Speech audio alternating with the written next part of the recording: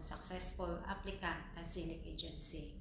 Ako po'y nagpapasalamat kay Lord kung hindi po dahil sa Kanya, ako po'y wala dito. At ginamit niya po si Ma'am Emily at si Sir Leon, kaya naabot ko po ang aking pangarap. Ang aking timeline po ay pinasok ang aking papel ng December. So naka-receive po ako ng March, ng Lamia. And then sunod-sunod na po yon. Meron na pong medical, biometric, hanggang police clearance at PPR. So natapos po lahat yon ng July. So ako po ay nakapag-flight ng September sa awa ng Diyos. Si Inday na po ay 1 month na po dito sa Montreal. Maraming salamat ma'am dahil pinush mo ako na ituloy ko ang aking application. Nakapagtiyamba na naman si Inday ng mabait na amo.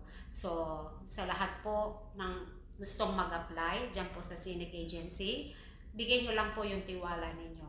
At meron po tayong lahat perfect timing. Sabi nga nila kung para sa'yo, para sa'yo.